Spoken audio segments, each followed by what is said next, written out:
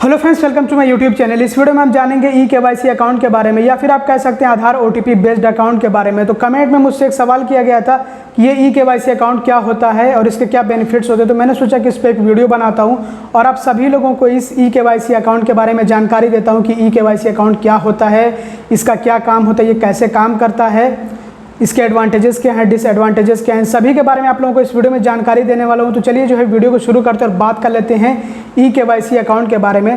तो ई-केवाईसी को समझने से पहले आप समझिए केवाईसी को। तो केवाईसी क्या है? केवाईसी का फुल फॉर्म होता है नो योर कस्टमर।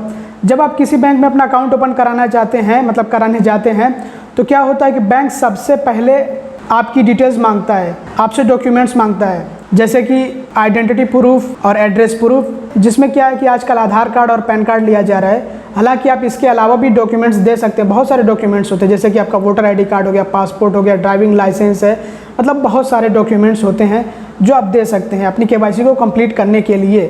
तो बैंक का रूल होता है कस्टमर को जानना, मतलब नो योर कस्टमर। इसको फुलफिल करना बैंक की जिम्मेदारी होती है। बिना कस्टमर को जाने बैंक अकाउंट ओपन नहीं करता, ये तो आप जानते होंगे।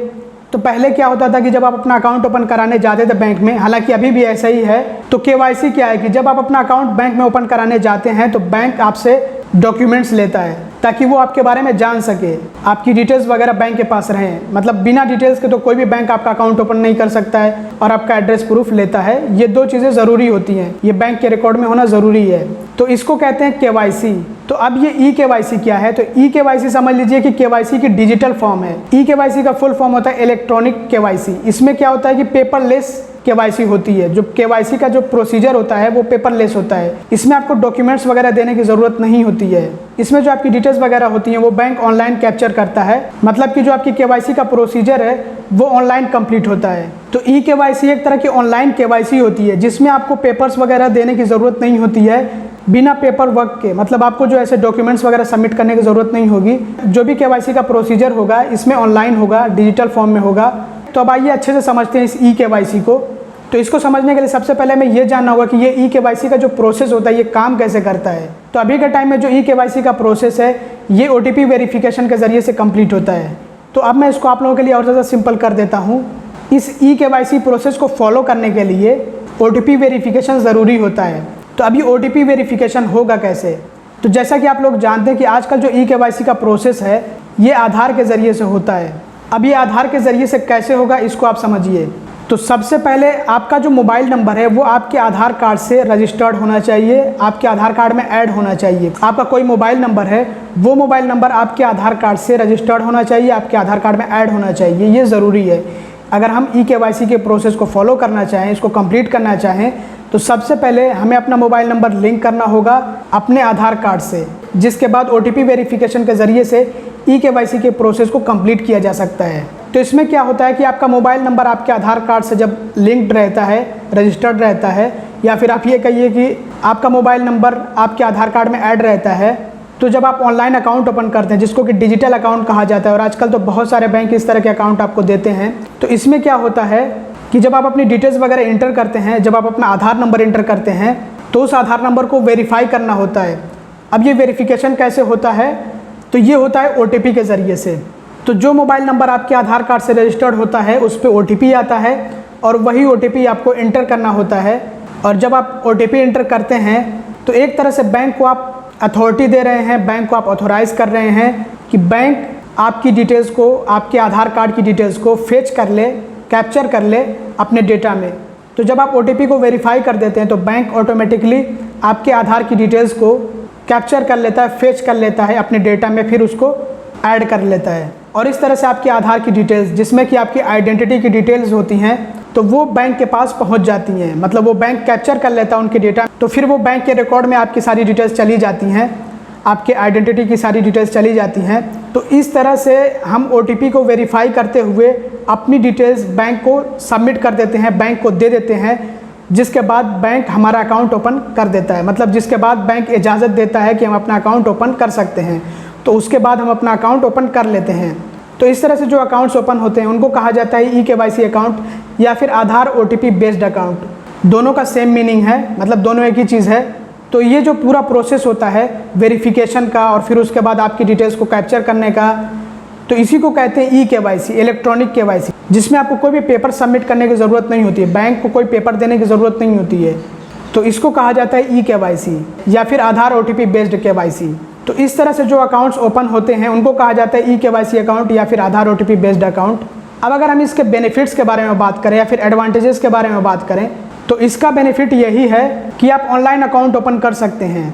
आपको ब्रांच विजिट करने की ज़रूरत नहीं होती है, कोई भी पेपर वर्क नहीं होता है, काफ़ी कन्वीनियंट होता है। इसमें आपका टाइम बचता है, आपकी मेहनत बचती है और आप घर बैठे ही अपना अकाउंट ओपन कर लेते हैं। तो जो बैंक आपको इस तरह के अकाउंट की सुविधा दे रहा है, उस बैंक में आप जो अपना अकाउंट ओपन कर सकते हैं, जिसको डिजिटल अकाउंट कहा जाता है या फिर ई-केवाईसी अकाउंट या फिर आधार OTP बेस्ड अकाउंट। तो ये सारे नाम होते हैं। हालांकि वो अपने प्रोडक्ट्स के अलग अलग नाम बैंक देता है, बट ये उसी कैटेगरी में आते हैं, मतलब कि ई-केवाईसी अकाउंट, डिजिटल अकाउंट या फिर आधार OTP बेस्ड अकाउंट। और इसका एक और फ़ायदा होता है कि बैंक जब आपको इस तरह के अकाउंट की फैसिलिटी देता है तो उसमें ज़ीरो बैलेंस अकाउंट भी होते हैं, जैसे कि कोटक 811 अकाउंट हो गया, बैंक ऑफ बड़ौदा का इंस्टाक्लिक हो गया। तो इस तरह से कुछ एक दो बैंक और भी हैं जो आपको अभी ज़ीरो बैलेंस अकाउंट प्रोवाइड कर रहे हैं, जो कि इसी कैटेगरी के अंडर आते हैं। तो ये कुछ इसके बेनिफिट्स होते हैं, ये कुछ इसके एडवांटेजेस होते हैं, बट इसके कुछ डिसएडवांटेजेस भी हैं, इसके कुछ नुकसान भी हैं, तो वो भी जानना ज़रूरी है। तो सबसे पहले इसका जो सबसे बड़ा डिसएडवांटेज है वो ये है कि ई-केवाईसी को फुल केवाईसी नहीं माना जाता है, इसको लिमिटेड केवाईसी माना जाता है। मतलब ये लिमिटेड केवाईसी के अंडर है। तो इसलिए जब आप ई-केवाईसी अकाउंट ओपन करते हैं, मतलब ई-केवाईसी के ज़रिए से अकाउंट ओपन करते हैं, आधार OTP बेस्ड अकाउंट होता है, तो बाद में आपको उस अकाउंट को कन्वर्ट करना पड़ता है फुल केवाईसी अकाउंट में या फिर आपका ये फुल सर्विस अकाउंट में। मतलब कि आपको अपने अकाउंट की फुल केवाईसी करानी पड़ती है और इसके लिए आपको विजिट करना पड़ता है बैंक ब्रांच में, जहाँ पे जो आपकी केवाईसी होती है वो अभी तो ज़्यादातर बायोमेट्रिक के ज़रिए से होती है। वहाँ पे बायोमेट्रिक वेरिफिकेशन होता है और आपका सिग्नेचर वगैरह अपडेट किया जाता है। तो इस तरह से आजकल केवाईसी होती है। और कुछ बैंक हो सकता है कि वो ट्रेडिशनल केवाईसी करें, जैसे कि पहले जब आप बैंक में विजिट करते थे अकाउंट ओपन कराने के लिए, तो फॉर्म्स वगैरह फिल करने होते थे, केवाईसी फॉर्म्स होते थे, उसके साथ में आपको अपने डॉक्यूमेंट्स की फ़ोटोकॉपी भी अटैच करनी होती थी। तो इस तरह से केवाईसी फॉर्म फिल करने के बाद हमें अपने डॉक्यूमेंट्स की कॉपी भी साथ में अटैच करके सबमिट करनी होती थी। तो इस तरह से भी बैंक कुछ जो है केवाईसी कराते हैं। तो मतलब दो तरीके होते हैं, चाहे तो बैंक बायोमेट्रिक के ज़रिए से केवाईसी करा सकते हैं जो कि सेंट्रल केवाईसी के अंडर है ये, और चाहे तो बैंक नॉर्मल केवाईसी या फिर ट्रेडिशनल केवाईसी जैसे कि पहले केवाईसी हुआ करती थी, अभी भी हालांकि है, तो उस तरह से भी केवाईसी करा सकते हैं। जैसे कि फॉर्म वगैरह आपसे फिल करा सकते हैं, आपके डॉक्यूमेंट्स वगैरह की कॉपी मांगेंगे। हालांकि जब आप बायोमेट्रिक के ज़रिए से केवाईसी कंप्लीट करेंगे उसमें भी आपको ज़रूरत पड़ेगी आपके ओरिजिनल डॉक्यूमेंट की, जैसे कि आपका आधार कार्ड हो गया और पैन कार्ड हो गया, तो वहाँ पे आपको शो करना होता है। तो जब आप ब्रांच विजिट करते हैं तो वहाँ पे जाके आपको अपने अकाउंट की फुल केवाईसी करानी होती है।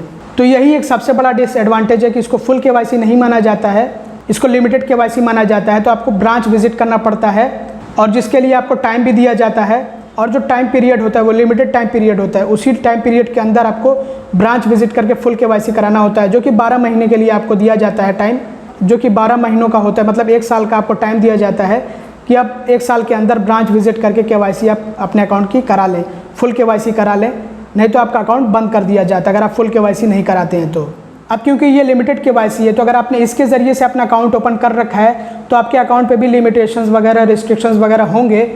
जैसा कि आप जानते हैं, मैं अपने अक्सर वीडियोज़ में बताता रहता हूँ कि अगर आप इस तरह से अकाउंट अपना ओपन करते हैं तो उसमें आप अभी के टाइम में 1 लाख से ज़्यादा बैलेंस नहीं रख सकते हैं। मतलब अभी के टाइम में ऐसा रूल है कि आपको 1 लाख के नीचे का ही बैलेंस ऐसे अकाउंट में रखना है जो ई-केवाईसी अकाउंट है या फिर आधार OTP बेस्ड अकाउंट हो। और जो टोटल डिपॉजिट्स होने चाहिए साल भर के अंदर, टोटल डिपॉजिट्स सभी डिपॉजिट्स मिला करके वो 2 लाख से नीचे के होने चाहिए। 2 लाख से ऊपर का हो गया तो फिर आपका अकाउंट फ्रीज कर दिया जाएगा।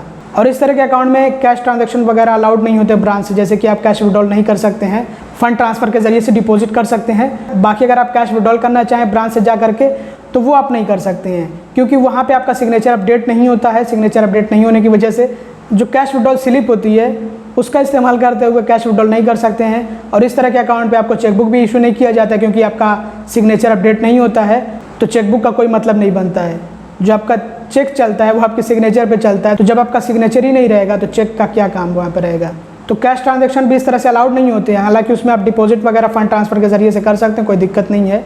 तो इस तरह से कुछ लिमिटेशंस वगैरह होती हैं, कुछ रिस्ट्रिक्शंस वगैरह होते हैं, और पासबुक वगैरह मिलने में भी दिक्कत आती है। जिनको पासबुक चाहिए होता है उनको दिक्कत आएगी। तो यही सारे डिसएडवांटेजेस होते हैं। ये समझ लीजिए कि जो आप इस तरह से अकाउंट ओपन करते हैं, जो eKYC अकाउंट होता है या फिर जो आधार OTP बेस्ड अकाउंट होता है, वो फुल सर्विस अकाउंट नहीं होता है। अगर आप उसको फुल सर्विस अकाउंट में कन्वर्ट करना चाहते हैं तो आपको अपने अकाउंट की फुल KYC करानी होगी। तो बस दोस्तों इस वीडियो में इतना ही था। उम्मीद करता हूँ वीडियो आपको पसंद आई होगी। अगर आपको वीडियो पसंद आती है तो लाइक कर दीजिएगा और चैनल को सब्सक्राइब कर लीजिएगा। वीडियो देखने के लिए बहुत बहुत धन्यवाद।